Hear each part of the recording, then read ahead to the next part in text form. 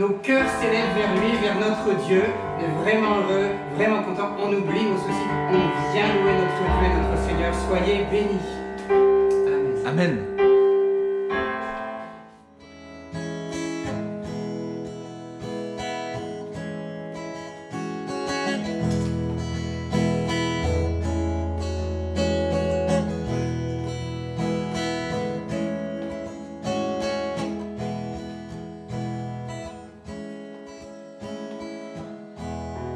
Sans te blesser ou abandonner, courir sous le poids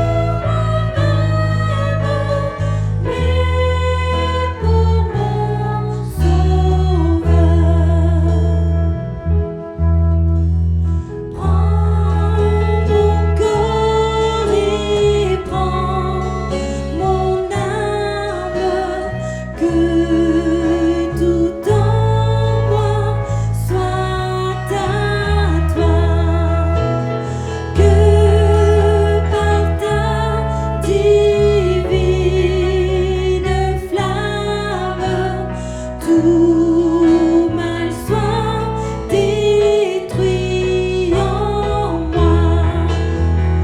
Oui, prends tout, Seigneur. Oui, prends tout, Seigneur. Prends mon cœur et prends mon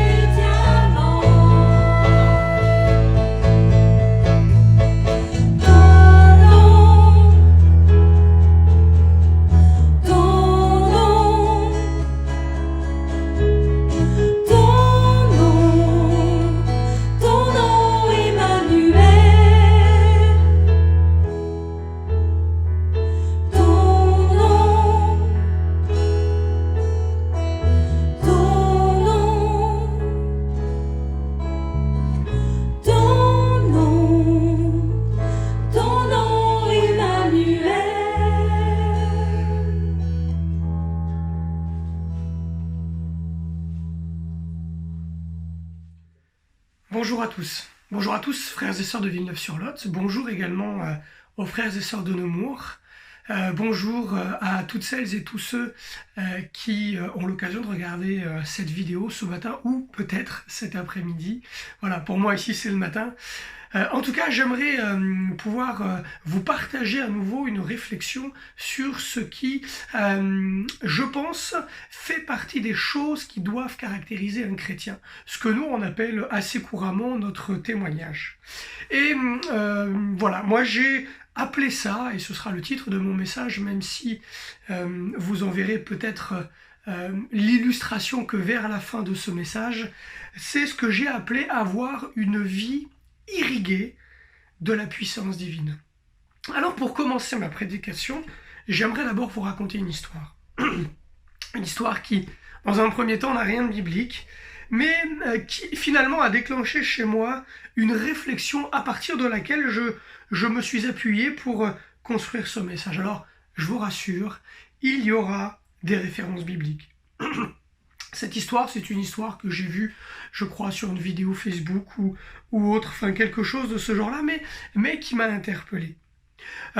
Cette vidéo montre un touriste européen, américain, enfin en tout cas occidental, ça se voit à son habillement, qui est dans le métro japonais et qui visiblement semble chercher son chemin. Il est là complètement perdu avec ces écritures qui pour nous sont comme des hiéroglyphes et qui semblent perdus et qui va vers un japonais pour lui demander son chemin, et on voit ce japonais qui essaie de lui expliquer, de lui montrer, mais sans succès. Et l'histoire finalement nous raconte que ce japonais, plutôt que de se contenter de simplement montrer le chemin ou de lui expliquer à cet homme, eh bien va l'accompagner jusqu'à sa destination. Alors voilà, petite histoire comme ça basique.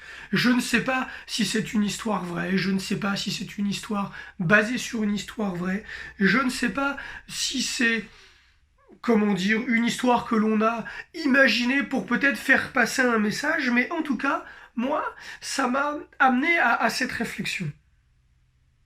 Il y a plusieurs manières d'indiquer le chemin à une personne qui est perdue.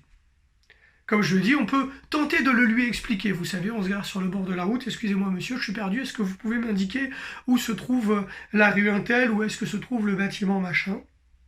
On peut lui en faire un croquis sur un bout de papier ou peut-être même lui dessiner l'itinéraire sur la carte pour l'aider, en plus de nos explications, à trouver son chemin ou son lieu d'arrivée avec plus encore de certitude. Et puis, comme dans l'histoire, on peut l'accompagner jusqu'à sa destination. Ça prend du temps. Ça demande de mettre de côté ce que l'on fait, ça demande aussi de devoir revenir là où on était par nos propres moyens. Et assez logiquement, assez naturellement, on remarque tout de suite que cette dernière manière de faire est la plus rare, peut-être même que cette manière de faire est une utopie, pardon.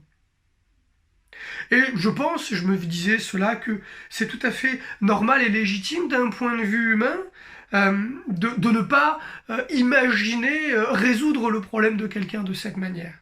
On a d'autres choses à faire, il y a des gens qui nous attendent. On n'a pas les moyens de se déplacer 10 km d'un endroit à un autre pour venir.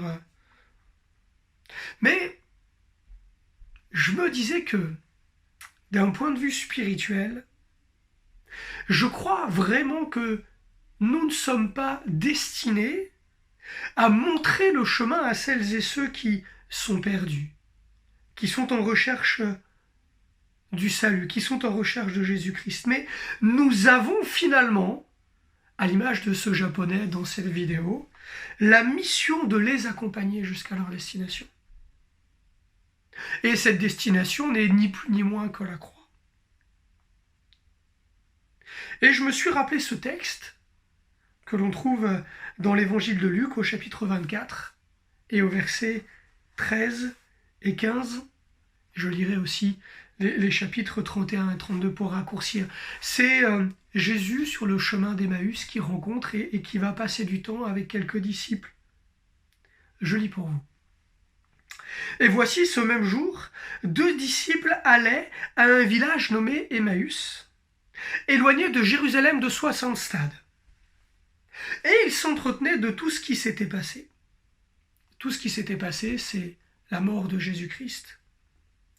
Pendant qu'ils parlaient et discutaient, Jésus s'approcha d'eux et fit route avec eux. Et puis un peu plus loin, après que Jésus ait passé du temps, qu'il ait discuté avec eux, que les disciples aient pu lui dire mais tu ne comprends pas pourquoi nous sommes malheureux, tu ne sais pas ce qui s'est passé, mais où étais-tu? Jésus leur parle des Écritures, il leur parle de la mort du Fils de Dieu, mais aussi de la résurrection, il passe du temps avec eux. Et là, il est écrit au versets 31 et 32, « Alors leurs yeux s'ouvrirent, et ils le reconnurent, mais il disparut de devant d'eux. Et ils se dirent l'un à l'autre, « Notre cœur ne brûlait-il pas au-dedans de nous lorsqu'il nous parlait en chemin et nous expliquait les Écritures ?» Et c'est vraiment sur cela que j'aimerais m'arrêter. Jésus a fait un bout de chemin avec eux pour leur montrer, effectivement, la direction, le chemin, le lieu vers lequel il fallait qu'ils aillent. Eux, ils allaient sur un chemin qui était humain, ils marchaient, ils allaient d'un point A à un point B. Mais Jésus les a accompagnés sur un chemin qui est spirituel, afin qu'ils puissent se déplacer, se décaler et considérer autrement les choses qu'ils vivaient et en l'occurrence ici, qui les inquiétaient, qui les faisaient souffrir. Alors j'aimerais m'arrêter avec vous sur 2 points qui devraient, je l'espère, nous permettre d'appréhender un peu mieux cette réalité. 2 points, 2 questions. Pourquoi et comment? Pourquoi? Oui, pourquoi est-il nécessaire d'accompagner quelqu'un jusqu'à la croix, jusqu'à Jésus-Christ, plutôt que de se contenter de lui indiquer le chemin, ou de le lui montrer, même de le lui expliquer? Alors je vous invite, je vous avais promis des références bibliques, je vous invite à lire avec moi un nouveau passage dans l'évangile de Luc, au chapitre 5, et au verset 17 à 26.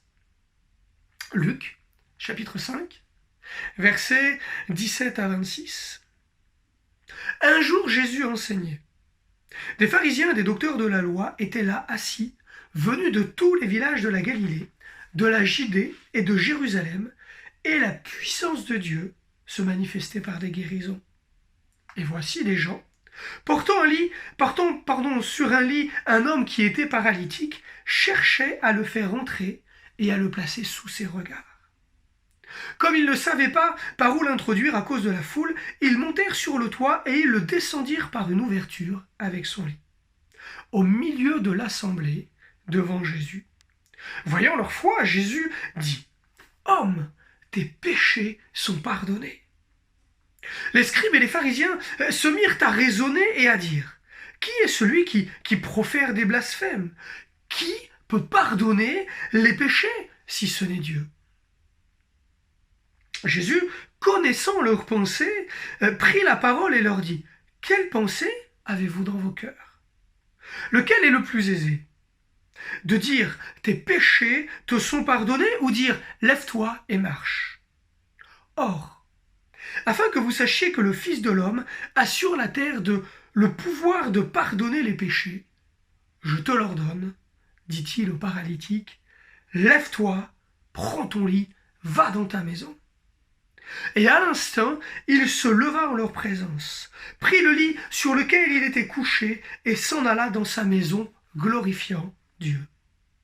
Tous étaient dans l'étonnement et glorifiaient Dieu, remplis de crainte. Ils disaient, « Nous avons vu aujourd'hui des choses étranges. »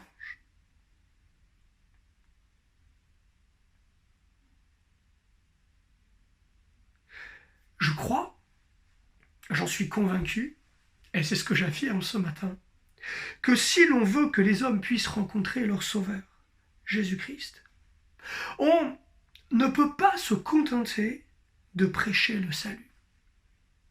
Qu'est-il plus aisé de dire « Tes péchés sont pardonnés » ou « Lève-toi et marche » et surtout, que ça fonctionne. Parce que Jésus ne s'est pas contenté de dire « Lève-toi et marche ».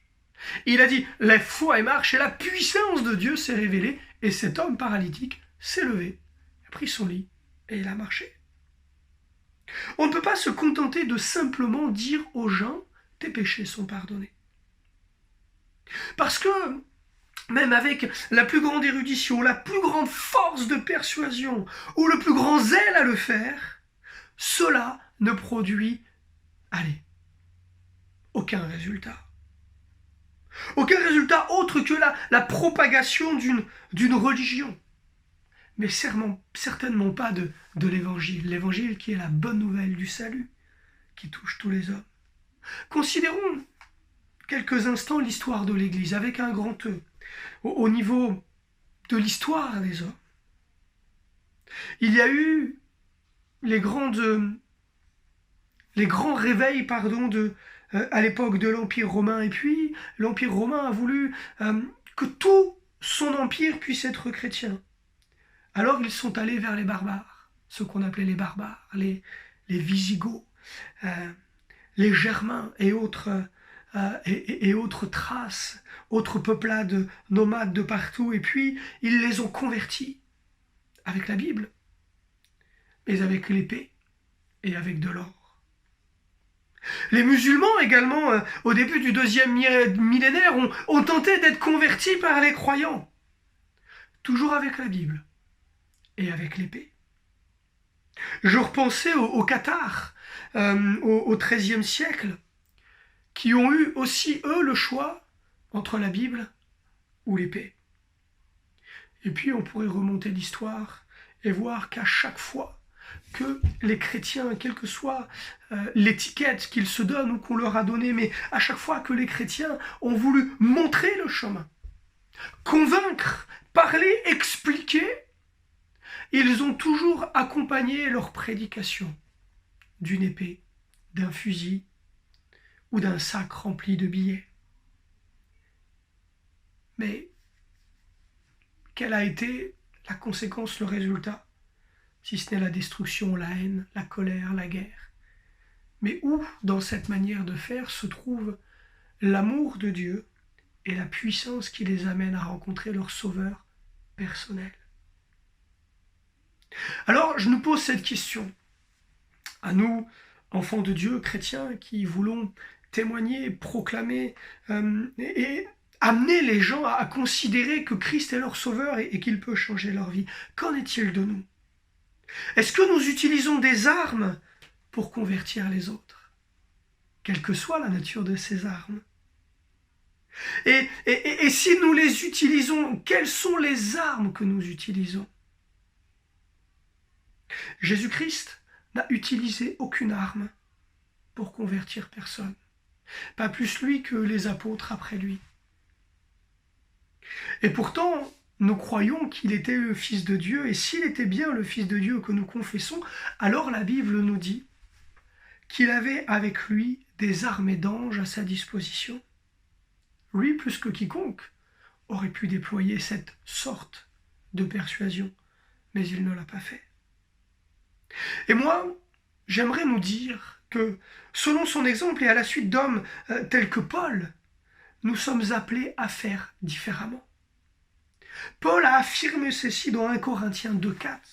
« Et ma parole et ma prédication ne reposaient pas sur les discours persuasifs de la sagesse, mais sur une démonstration d'esprit et de puissance. » Une démonstration d'esprit et de puissance. J'y reviendrai après lorsque j'évoquerai le deuxième point qui est le comment.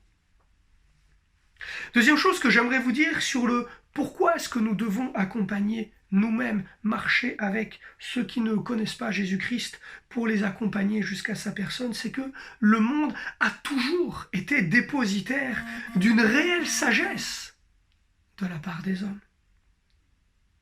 Le monde propose différentes philosophies, différentes croyances, pardonnez-moi, mais qui valent bien la nôtre. Car en toute franchise, et j'ai envie de dire malheureusement, notre évangile n'est rien de plus qu'une philosophie parmi d'autres, si elle n'est pas accompagnée de cette démonstration d'esprit et de puissance. Nous pouvons opposer le salut par la foi au salut par les œuvres. Nous pouvons opposer le salut par la foi à la réincarnation. Ce ne sont que des mots qui s'opposent, ce ne sont que des principes, ce ne sont que des compréhensions, ce n'est qu'une philosophie. Mais notre prédication doit être accompagnée d'esprit et de puissance. Franchement et en toute franchise, l'évangile, quand je la considère telle qu'elle, comme une philosophie, est loin d'être la plus sage. Elle est loin d'être la plus simple. Et elle est loin d'être la plus valorisante à vue humaine. Et c'est bien pour ça que nous devons vivre et transmettre notre évangile d'une autre manière que simplement de manière humaine. Alors ne soyons pas de ceux qui veulent convertir avec les armes, quelle qu'en soit la nature, comme je l'ai dit, ni de ceux qui se contentent de prêcher l'évangile comme une idée ou une philosophie de vie. Et ça m'amène à mon deuxième point qui est le comment. Comment accompagner ceux qui sont étrangers à la foi jusqu'à la croix, jusqu'à Jésus-Christ, qui est le seul qui pourra accorder ce pardon et ce salut qui est accompagné de paix, de joie et d'espérance. Que notre prédication, comme je le dis en m'appuyant sur l'affirmation de Paul, et notre témoignage puissent reposer sur une démonstration d'esprit et de puissance. Et assez concrètement, la Bible nous en donne des exemples. Une démonstration d'esprit. Nous connaissons ce que nous appelons les dons spirituels et qui sont décrits dans 1 Corinthiens 12. Et nous nous disons charismatiques, dépositaires et manifestant des charismes, des dons visibles de cette manifestation évidente de la puissance de Dieu au travers de nous, en direction des autres. Allez, je vais les citer. La parole de sagesse, la parole de connaissance, le don de la foi, qui n'est pas la foi au quotidien, quelque chose de plus, le don des guérisons, le don d'opérer des miracles, la prophétie, le discernement des esprits, la diversité des langues et enfin l'interprétation des langues. Alors, je ne vais pas faire une étude sur les dons spirituels ce matin, mais simplement nous interpeller et, frères et sœurs, reconnaissons que sur les 9 dons que je viens de citer, il nous en manque quelques-uns dans les églises. Il y en a certains que nous pratiquons avec une certaine foi, avec une certaine assiduité. Et puis je pense qu'il y en a d'autres que, alors je ne vais pas dire nous avons oublié, mais simplement que nous ne pratiquons pas, qui nous manquent. En tout cas que moi je n'ai pas vu depuis longtemps, ou alors très, très, très rarement, dans très peu d'endroits. Certains, pardonnez-moi, que moi-même, j'aspire à vivre et dont je ne suis pas le canal en ce qui me concerne. Et quand je dis ça, entendez bien que je n'accuse personne, mais que je nous mets tous, moi le premier, au pied du mur pour considérer certaines réalités. Est-ce que, au milieu de nous, notre prédication est accompagnée d'une démonstration d'esprit? Et Paul dit ceci, mais dans l'Église, j'aime mieux dire 5 paroles avec mon intelligence, afin d'instruire aussi les autres, que 10 000 paroles en langue.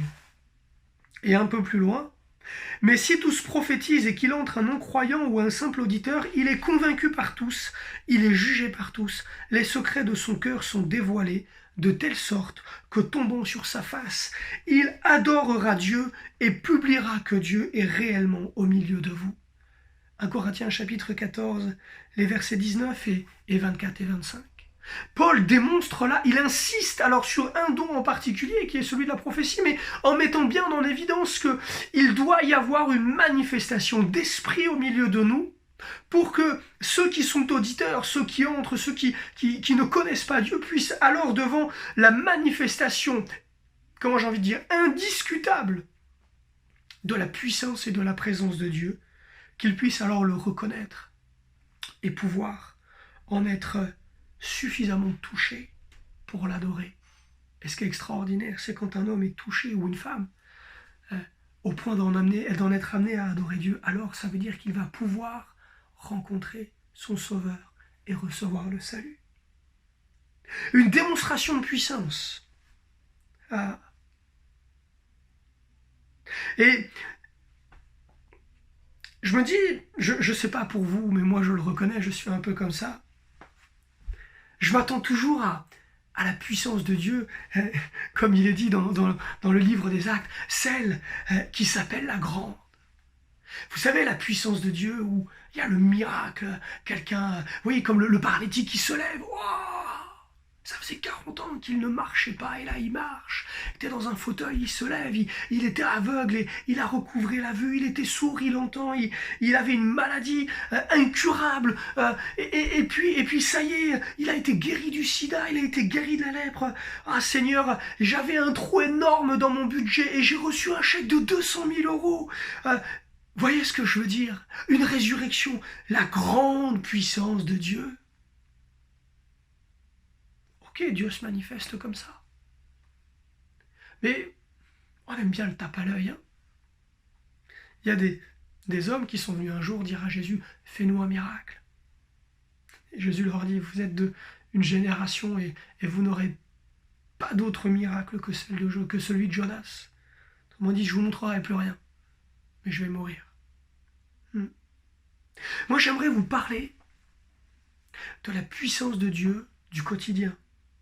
Ce qui m'amène à mon titre, une vie irriguée de la puissance de Dieu. Pas une puissance de Dieu tape à l'œil. La puissance de Dieu qui se manifeste dans les toutes petites choses. Tellement petites à nos yeux que parfois on les oublie. Mais qui sont bien quand même la manifestation de la puissance de Dieu, qui vient nous irriguer, qui vient aussi montrer cette différence, qui doit démontrer qu'un enfant de Dieu est quelqu'un de différent. Pas parce qu'il est meilleur, pas parce qu'il est plus fort, pas parce qu'il est plus méritant, mais parce qu'il est irrigué par la puissance de Dieu. Et ce sont ces petites choses. Vous savez, lorsque vous vous déplacez et puis que vous arrivez quelque part où il faut vous garer, vous êtes en retard à un rendez-vous et puis miraculeusement il y a une place qui se libère à une heure où c'est quasiment impossible, dans un lieu où ça n'arrive jamais. Mais vous arrivez, ça fait 30 secondes que vous êtes sur le parking, il y a quelqu'un qui s'en va et qui vous libère la place. Vous savez, c'est cette puissance de Dieu qui se manifeste où, oui, vous avez une maison à payer, une voiture, vous avez un travail, et puis vous n'avez jamais 10 € d'avance sur votre livret, et vous êtes peut-être en attente de quelque chose, mais où vous vous rendez compte que vous n'avez jamais manqué de rien. Ce n'est pas la puissance de Dieu où on vous fait un gros chèque, mais c'est celle où vous pouvez dire, mais je réalise que mon frigo n'a jamais été rempli, mais il n'a jamais été vide.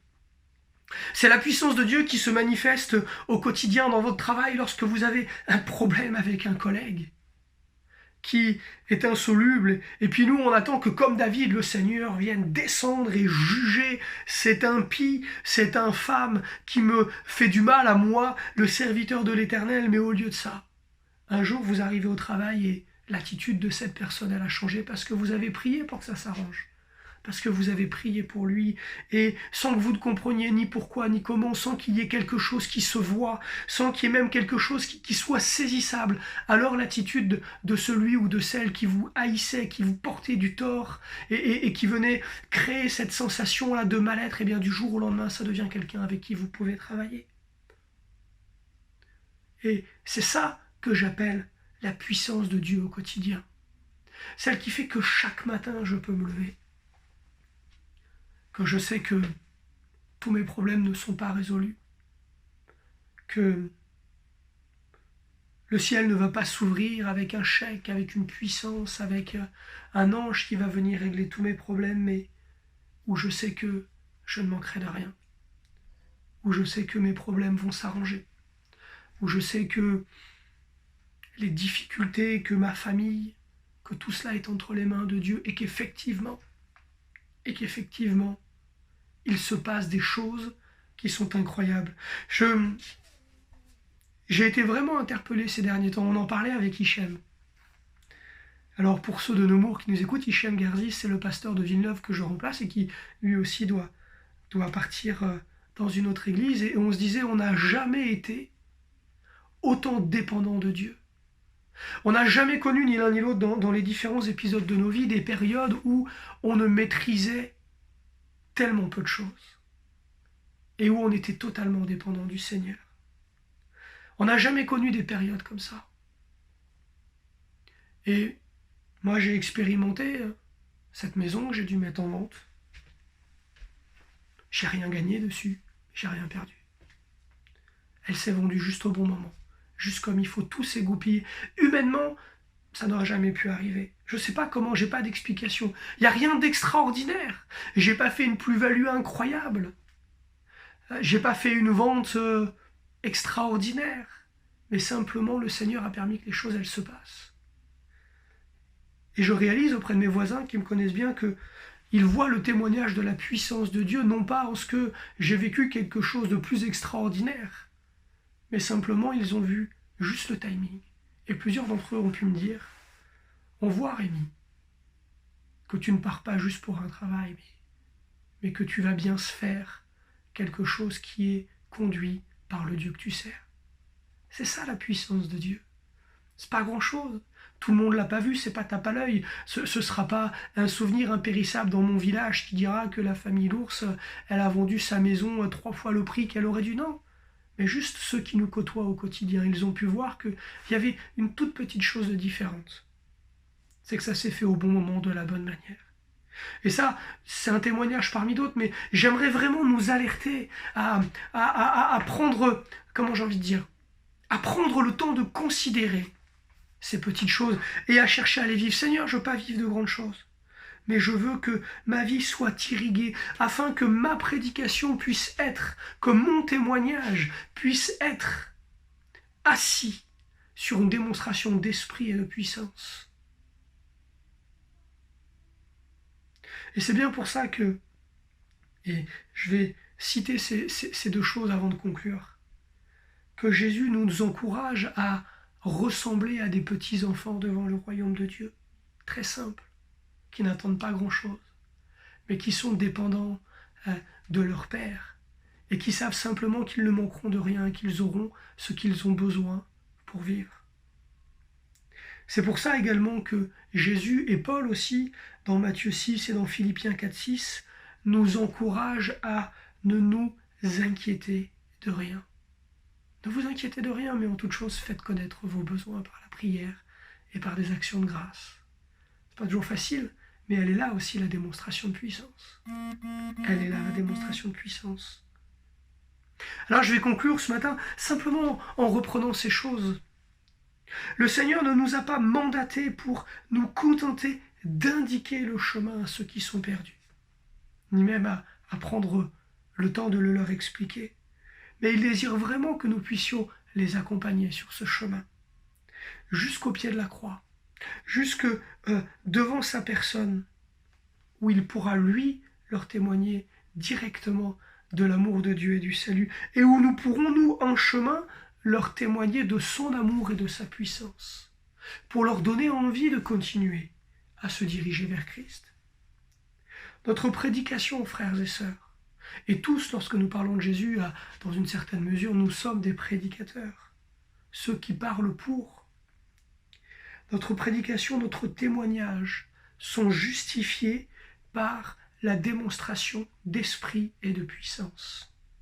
Et nous devons, je le crois, je nous y encourage pas, je nous donne une injonction, plutôt je nous rappelle l'injonction qui est celle de la parole de Dieu. Nous devons chercher à démontrer cela. Peut-être parler un peu moins et chercher à vivre les choses différemment.